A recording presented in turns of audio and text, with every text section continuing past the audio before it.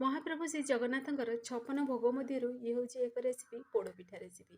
ତ ବାହୁଡ଼ା ଯାତ୍ରା ସ୍ପେଶାଲ ଆଜି ଆମେ ପ୍ରସ୍ତୁତ କରିବା ଗୁଣ୍ଡିଚା ମନ୍ଦିର ଷ୍ଟାଇଲରେ ପୋଡ଼ପିଠା।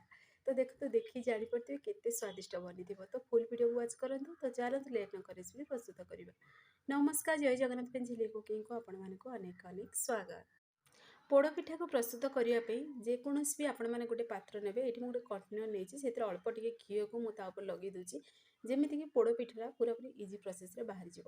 ଆଉ ସେଇଥିରେ କ'ଣ କରିବେ ନା, ଅଳ୍ପ ଟିକେ ବଟର ପେପର ବି ଗୋଟେ ମୁଁ ଦେଇଦେଲି, ଆଉ ତାକୁ ଘିଅକୁ ଲଗେଇକି ସାଇଡ଼ରେ ରଖିଦେଲି। ଆପଣମାନେ ଚାହିଁଲେ କଦଳୀ ପତ୍ରରେ ବି ଆପଣମାନେ ଆକୁ ସେଟ୍ କରିପାରିବେ। ତାପରେ ଗୋଟେ ଆମେ ବାଉଲ୍ ନେବା, ସେଥିରେ ହାଫ୍ ଗିନା ଆଡ଼୍ କରିଦେବା ଅଟା। ତାପରେ ଦେଖନ୍ତୁ ଛେନା ଆଡ଼୍ କରିଦେବା। ଗୋଟେ ଛୋଟ ଗିନାରେ ଗୋଟେ ଗିନା ମୁଁ ଛେନା ତାକୁ କ୍ଷୀରକୁ ଛିଡ଼େଇକିରି ଏଇଠି ମୁଁ ବନେଇଥିଲି, ହାଫ୍ ଲିଟର କ୍ଷୀରର ଛେନା। ଆଉ ସେଇଥିରେ ଆମେ ଅଳ୍ପ ଟିକେ ଛୋଟ ଛୋଟ ପିସେସ୍ରେ କଟିଂ କରି ନଡ଼ିଆ ଆଡ଼୍ କରିବା, ଆଉ ସ୍ୱାଦ ଅନୁସାରେ ଦେଇଦେବା ଲୁଣ। ଦେଖିବେ ମାଉସୀ ଘର ପୋଡ଼ପିଠା ଯେବେ ଖାଇଥିବେ ପୁରୀର, ତାହେଲେ ଜାଣିବେ ସେ ମାନେ ସେଇଭଳି ତ ଆମେ ଯେହେତୁ ସେ ଭୋଗ ସେଇଭଳି ପୁରା ଟେଷ୍ଟ ତ ଆମେ ବନେଇ ପାରିବୁନି, କିନ୍ତୁ ମୁଁ ଯେତିକି ଜାଣିଛି ଆପଣମାନଙ୍କୁ ମୁଁ ଏଠି ସେୟାର କରିଛି, ଚେଷ୍ଟା କରିଛି ମୁଁ ସେୟାର କରିବା ପାଇଁ। ତ ଫୁଲ୍ ଭିଡ଼ିଓକୁ ୱାଚ୍ କରିକି ବନାନ୍ତୁ, ବହୁତ ବଢ଼ିଆ ସ୍ୱାଦିଷ୍ଟ ଲାଗିବ।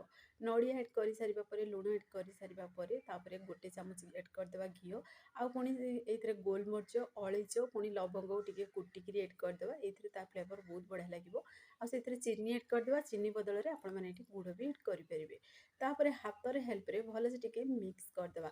ଏଇଥିରେ ଦେଖିବେ ଛେନାର କ୍ୱାଣ୍ଟିଟି ଯଦି ଅଧିକା ବି ହେବ ନା, ତାହେଲେ ବି ଦେଖିବେ ଅଧିକା ସ୍ୱାଦିଷ୍ଟ ଲାଗିବ।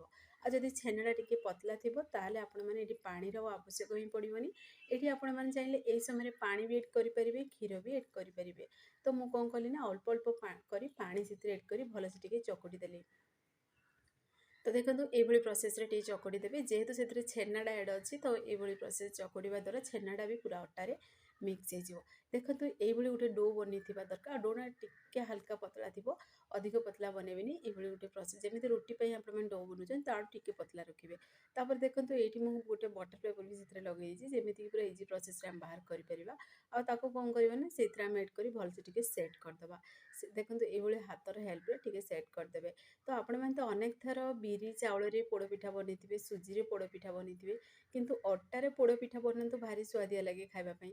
ଆଉ ଅଟାରେ ଯଦି ପୋଡ଼ପିଠା ବନାଉଛନ୍ତି, ସେଥିରେ ଛେନା ଅଳ୍ପ ଟିକେ ଆଡ଼୍ କରିବେ, ଯଦି ସ୍ୱାଦ ହିଁ ବଢ଼ିଯାଇଥାଏ। ତ ଦେଖିକିରି ଆପଣମାନେ ଜାଣିପାରିବେ ଯେ କେତେ ସ୍ୱାଦିଷ୍ଟ ଏ ବନିବ ରେସିପିଟି। ଆପଣମାନଙ୍କୁ ମୁଁ ଆଗକୁ ସେୟାର କରିବି। ଆଉ ଅଳ୍ପ ଟିକେ ସେଇଥିରେ ଆଡ଼୍ କରିଦେବା ଆମେ ଘିଅକୁ ତା ଉପରେ ଲଗାଇଦେବା ଦ୍ୱାରା ଘିଅର ଫ୍ଲେଭର ଏଇଥିରେ ବହୁତ ବଢ଼ିଆ ଲାଗିବ। ଆପଣମାନେ ଯଦି ଘିଅରେ ବି ୟାକୁ ଛାଣିବେ ନା, ଦେଖିବେ ମନ୍ଦିରରେ ଘିଅରେ ହିଁ ଛଣାଯାଏ, ଆଉ ଦେଶୀ ଘିଅରେ ହିଁ ବନିକି ସବୁ ଜିନିଷ ରେଡ଼ି ହୁଏ। ତ ଆପଣମାନେ ଚାହିଁଲେ ଯଦି ଘିଅର ଫ୍ଲେଭର ଯଦି ଆପଣମାନଙ୍କୁ ପସନ୍ଦ, ତାହେଲେ ଆପଣମାନେ ଘିଅ ଅଳ୍ପ ଟିକେ ଆଡ଼୍ କରିବେ, ନହେଲେ ତେଲ ବି ଆଡ଼୍ କରିପାରିବେ। ଅଳ୍ପ ଟିକେ ରିଫାଇନ୍ ତେଲ ବି ଲଗାଇ ପାରିବେ ଏଇଭଳି ପ୍ରୋସେସ୍ରେ। ତାପରେ ଗୋଟେ ଆମେ କରେଇ ନେବା, ସେଥିରେ ଅଳ୍ପ ଟିକେ ପାଣି ନେଇଯିବା। ଆଉ ତା ଉପରେ ଆମେ ସେ କଣ୍ଟେନରକୁ ଆଡ଼୍ କରିକି ମୁଁ ଆକୁ କ'ଣ କଲି ନା, ଗୋଟେ କଭରକୁ ବନ୍ଦ କରିଦେଲି। ବନ୍ଦ କରିକିରି ଆକୁ 15-20 ମିନିଟ୍ ପର୍ଯ୍ୟନ୍ତ ଟିକେ ସିଝିବାକୁ ଦେଲି। ତ 15-20 ମିନିଟ୍ ପରେ ଆପଣମାନଙ୍କୁ ଦେଖାଉଛି, ଦେଖନ୍ତୁ କେତେ ବଢ଼ିଆ ଆମର ଏଠି ପୋଡ଼ପିଠାଟା ପୁରା ସିଝି ବି ଯାଇଛି। ଆଉ ଦେଖନ୍ତୁ ଛୁରୀଟା ପୁରା କ୍ଲିନ୍ ବାହାରୁଛି, ତ ଜାଣିଦେବେ ଯେ ପୋଡ଼ପିଠାଟା ପୁରା ପରଫେକ୍ଟଲି ପୁରା ସିଝି ଯାଇଛି। ଏଠି ଅଟା ଆମର ସିଝି ଯାଇଛି ବା ପୋଡ଼ପିଠାଟା। ଆକୁ କ'ଣ କରିବା, ହାଲକା ଟିକେ ଥଣ୍ଡା କରିଦେବା। ଥଣ୍ଡା ହେଇସାରିବା ପରେ ଆକୁ ଆମେ ବାହାର କରିବା କରେଇରୁ, ଆଉ ପୋଡ଼ପିଠାକୁ ବାହାର କରିବା। ଆଉ ଦେଖନ୍ତୁ କେତେ ବଢ଼ିଆ ପୁରା ବନିକି ରେଡ଼ି ହେଇଛି। ଆପଣମାନେ ଚାହିଁଲେ ଏମିତିରେ ବି ଖାଇପାରିବେ ୟାକୁ, କିନ୍ତୁ ଦେଖିବେ ମନ୍ଦିରରେ କ'ଣ କରନ୍ତି ନା, ଏଇଭଳି ପୁରା ସିଝେଇ ଦିଅନ୍ତି। ସିଝେଇକିରି ସେମାନେ ବାହାର କରିକି ତାକୁ ଯେ ଛାଣିକିରି ପୋଡ଼ପିଠାଟା ତାକୁ ଭୋଗ ଲଗାନ୍ତି। ତ ଏଇଭଳି ପ୍ରୋସେସ୍ରେ ଆପଣମାନେ ଥରେ ଟ୍ରାଏ କରନ୍ତୁ, ଦେଖିବେ ସ୍ୱାଦ ହିଁ ଭୁଲି ପାରିବେନି, ବହୁତ ବଢ଼ିଆ ଲାଗେ ଖାଇବା ପାଇଁ। ତ ଏବେ କ'ଣ କରିବା ନା, ବଟର ପେପରଟାକୁ ବାହାର କରିଦେବା। ଟିକେ ହାଲକା ଉଷୁମ ଥିବ ହିଁ ବଟର ପେପରକୁ ବାହାର କରିବେ, ନହେଲେ ଶୁଖିଗଲା ପରେ ଯଦି ବଟର ପେପର ଯଦି ଦେଉଛନ୍ତି, ତାହେଲେ ବାହାର କରିବେ ତ ଦେଖିବେ ଲାଗିଯିବ ସେତିକି। ତ ଯଦି ଆପଣଙ୍କ ପାଖରେ କଦଳୀ ପତ୍ର ଅଛି, ତାହେଲେ କଦଳୀ ପତ୍ରରେ ବି ଆପଣମାନେ ସେଟ୍ କରିପାରିବେ। ପତ୍ରର ଫ୍ଲେଭର ବହୁତ ବଢ଼ିଆ ଲାଗେ। ତ ଅଛି ଯଦି ଆପଣମାନେ ସିଝାନ୍ତୁ ସେଥିରେ। ତାପରେ ନିଜ ମନ ପସନ୍ଦ ଅନୁସାରେ ଏଠି କଟିଂ କରିବା। ତ ଦେଖିବେ ଯେମିତି ଆପଣମାନେ ଛେନା ମୁଡ଼ିକି ଖାଇଥିବେ, ଅନେକ ଥର ବନେଇଥିବେ ବି, ତ ସେଇଭଳି ପ୍ରୋସେସ୍ରେ ମୁଁ ଏଠି ସ୍କ୍ୱାର ସେପ୍ରେ ହିଁ ତାକୁ ମୁଁ କଟିଂ କରିଥିଲି। ତ ଦେଖନ୍ତୁ ଏଇଭଳି ପ୍ରୋସେସ୍ରେ ଆମେ କଟିଂ କରିବା। କଟିଂ କରିବା ସମୟରେ ଆପଣମାନଙ୍କୁ ଦେଖାଉଛି, ଦେଖନ୍ତୁ ବିଲକୁଲ ବି ଲାଗୁନି, କେତେ ବଢ଼ିଆ ପୁରା ପୋଡ଼ପିଠାଟା ଆମର ସିଝିକି ରେଡ଼ି ହେଇଛି। ଫ୍ରେଣ୍ଡସ୍, ଆପଣଙ୍କର ଯଦି ଏ ଭିଡ଼ିଓଟି ମୋର ପସନ୍ଦ ଆସିଥିବ, ସାଙ୍ଗମାନଙ୍କୁ ସେୟାର କରନ୍ତୁ, ଲାଇକ୍ କରନ୍ତୁ। ଚ୍ୟାନେଲରେ ଯଦି ନୂଆ ଅଛନ୍ତି, ତାହେଲେ ଚ୍ୟାନେଲକୁ ମୋର ସବସ୍କ୍ରାଇବ୍ କରିଦିଅନ୍ତୁ, ବେଲ୍ ଆଇକନ୍କୁ କ୍ଲିକ୍ କରିଦିଅନ୍ତୁ। ଯାହାଫଳରେ ମୋର ସବୁ ଭିଡ଼ିଓ ନୋଟିଫିକେସନ୍ ପ୍ରଥମେ ଆପଣମାନଙ୍କୁ ପହଞ୍ଚିବ। ମୁଁ ଏମିତି ଇଜି ଇଜି ଭିଡ଼ିଓ ନେଇ ଆସିବି, ଆପଣମାନେ ଦେଖିକି ଘରେ ଆକୁ ନିହାତି ଟ୍ରାଏ କରନ୍ତୁ। ଆଉ ଯଦି ଫେସବୁକ୍ ପେଜ୍ ଦେଖୁଛନ୍ତି ତାହେଲେ ଫେସବୁକ୍ ପେଜ୍ ମୋର ଫଲୋ କରନ୍ତୁ। ଇନଷ୍ଟାଗ୍ରାମରେ ଦେଖୁଥିଲେ ଫଲୋ କରିବାକୁ ଜମାରୁ ଭୁଲନ୍ତୁନି। ତ ଦେଖନ୍ତୁ କେତେ ବଢ଼ିଆ ଆମର ଏଠି ପୋଡ଼ ପିଠାଟା ବନିକି ରେଡ଼ି ହେଇଛି। ଏମିତିରେ ବି ପିସେସ୍ରେ କଟିଂ କରିକି ଖାଇବେ ନା ଭାରି ସୁଆଦିଆ ଲାଗେ। ତ ଆମେ କ'ଣ କରିବା, ଆକୁ ଟେଷ୍ଟକୁ ବଢ଼ାଇବା ପାଇଁ ଆଗକୁ ମୁଁ ସେୟାର କରିବି କ'ଣ କରିବେ। ତ ଫୁଲ୍ ଭିଡ଼ିଓକୁ ୱାଚ୍ କରନ୍ତୁ। ଆଉ ଆପଣମାନେ ଆଗରୁ ଏଇ ପୋଡ଼ପିଠା ରେସିପିଟା ବନେଇଛନ୍ତି କି ନାହିଁ ମୋତେ କମେଣ୍ଟ ମାଧ୍ୟମରେ ଜଣାନ୍ତୁ। ଦେଖିବେ ପ୍ରଥମ ଥର ହିଁ ବନାଉଛନ୍ତି ନା, ତାହେଲେ ବି ପରଫେକ୍ଟ ବନିକି ରେଡ଼ି ହେବ ଆଉ ଭାରି ସୁଆଦିଆ ଲାଗିବ ଖାଇବା ପାଇଁ। ଏମିତି ଲାଗିବ ଯେ ଛେନା ମୁଡ଼କି ଖାଉଛନ୍ତି। ତ ଯେହେତୁ ଏଥିରେ ଛେନା ବି ଆଡ଼୍ ଅଛି, ଅଟା ବି ଆଡ଼୍ ଅଛି, ଆଉ ପୁଣି ସେଥିରେ ନଡ଼ିଆ ବି ଆମେ ଆଡ଼୍ କରିଛନ୍ତି। ତ ସେଥିରେ ପୁଣି ଫ୍ଲେଭର୍ ଅଛି ଅଳେଇଚ, ଗୋଲମରିଚ, ଲବଙ୍ଗର ଫ୍ଲେଭର୍, ବହୁତ ବଢ଼ିଆ ଲାଗିବ ଖାଇବା ପାଇଁ। ତ ଦେଖନ୍ତୁ ସବୁତକ ପୋଡ଼ପିଠାକୁ ମୁଁ ସେମ୍ ପ୍ରୋସେସ୍ରେ ଏଠି କଟିଂ କରିଦେଲି। କଟିଂ ହେଇସାରିବା ପରେ କ'ଣ କରିବା ନା, ଆକୁ ଆମେ ଏବେ ସାଇଡ଼୍ରେ ରଖିଦେବା। ତ ସେଥି ଭିତରେ ଆମର ଆଗ ପ୍ରଣାଳୀ ଆମେ ପ୍ରସ୍ତୁତ କରିବା। ତା ପୂର୍ବରୁ ଦେଖନ୍ତୁ ଆପଣମାନଙ୍କୁ ପାଖରୁ ବି ଦେଖେଇ ଦେଉଛି କେତେ ବଢ଼ିଆ ପୁରା ପୋଡ଼ପିଠାଟା ବନିଛି। କ୍ୟାମେରା ସାମ୍ନାରେ ବି ଦେଖାଉଛି ଆଉ କେତେ ସୁନ୍ଦର ବି ଦେଖାହେଉଛି। ଆଉ ଦେଖନ୍ତୁ ଗୋଟେ କରେଇ ନେବେ, ସେଇଥିରେ ଦେଖିବେ ମନ୍ଦିରରେ ତ ଘିଅରେ ହିଁ ବନାଯାଏ ବା ଘିଅରେ ଛଣାଯାଏ, କିନ୍ତୁ ଘିଅର ଫ୍ଲେଭର୍ ଘରେ ଖାଇବାକୁ ପସନ୍ଦ କରନ୍ତିନି। ତ ମୁଁ ସେଥିପାଇଁ ଅଳ୍ପ ଟିକେ ତେଲ ଦେଇକି ଛାଣୁଛି।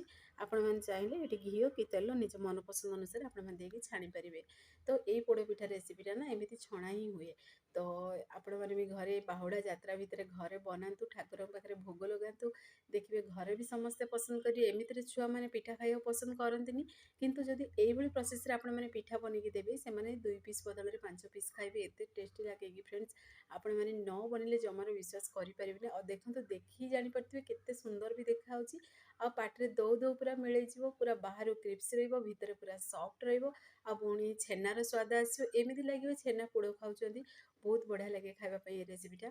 ତ ଏବେ ଆମେ ଓଲଟ ପାଲଟ କରିକିରି ଆମେ ଛେନା ବା ଆମର ପୋଡ଼ ପିଠାଟାକୁ ଆମେ ଏବେ ଦେଖନ୍ତୁ ଫ୍ରାଏ କରିବା।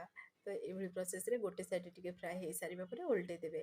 ତ କେତେ ସୁନ୍ଦର ବି ଦେଖାହେଉଛି। ଆପଣମାନେ ଚାହିଁଲେ ଆଉ ଟିକେ କ୍ରିପ୍ସି ବନେଇ ପାରିବେ, ଆଉ ଟିକେ ଚାହିଁଲେ ଆପଣମାନେ କମ୍ କ୍ରିପ୍ସି ରଖିକି ବି ଖାଇପାରିବେ। ଯଦି ସଫ୍ଟ ଅଧିକ ଖାଇବାକୁ ପସନ୍ଦ କରନ୍ତି ତାହେଲେ ଅଧିକ ଫ୍ରାଏ କରିବେନି, ଅଳ୍ପ ଟିକେ ଫ୍ରାଏ କରି ବାହାର କରିଦେବେ। ଆଉ ଯଦି ଘିଅର ଫ୍ଲେଭର୍ ଆପଣମାନଙ୍କୁ ପସନ୍ଦ ତ ଘିଅରେ ହିଁ ଛାଣନ୍ତୁ। ଦେଖିବେ ଘିଅରେ ଯଦି ଛାଣିବେ ନା ଅଧିକା ସ୍ୱାଦିଷ୍ଟ ଲାଗେ ଖାଇବା ପାଇଁ। ତ ଯେହେତୁ ମୋ ପୁଅମାନଙ୍କୁ ଘିଅ ଫ୍ଲେଭର୍ ପସନ୍ଦ ନୁହଁ, ତ ମୁଁ ତେଲରେ ଆକୁ ଛାଣିଦେଲି। ତ ଦେଖନ୍ତୁ କେତେ ସୁନ୍ଦର ବି ଦେଖାହେଉଛି। ଏମିତି ଦେଖାହେଉଛି ଯେ ପୁରା ଛେନା ମୁଡ଼କି ଆମେ ପ୍ରସ୍ତୁତ କଲେ। ତ ଏବେ ଆମେ ଗୋଟେ ପ୍ଲେଟ୍‌ରେ ଆକୁ ରଖିଦେବା। ସବୁତକ ଛାଣିକିରି ଆମେ ବାହାର କରିଦେବା, ପ୍ଲେଟ୍‌ରେ ରଖିଦେବା। ସେମ୍ ପ୍ରୋସେସ୍‌ରେ ଆଉ ଗୋଟେ ଷ୍ଟେପ୍ ବି ଆମେ ବନେଇକିରି ଏବେ ରେଡ଼ି କରିଦେବା।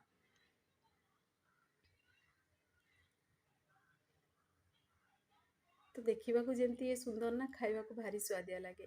ଫ୍ରେଣ୍ଡସ୍ ଆପଣମାନେ ତ ଭିଡ଼ିଓ ଦେଖୁଛନ୍ତି, କିନ୍ତୁ କେଉଁ ଜିଲ୍ଲାରୁ ଦେଖୁଛନ୍ତି ମୋତେ କମେଣ୍ଟ ମାଧ୍ୟମରେ ଜଣାନ୍ତୁ। ମୋତେ ବି ଖୁସି ଲାଗିବ ଭିଡ଼ିଓ କେତେ ଦୂର ପର୍ଯ୍ୟନ୍ତ ପହଞ୍ଚୁଛି।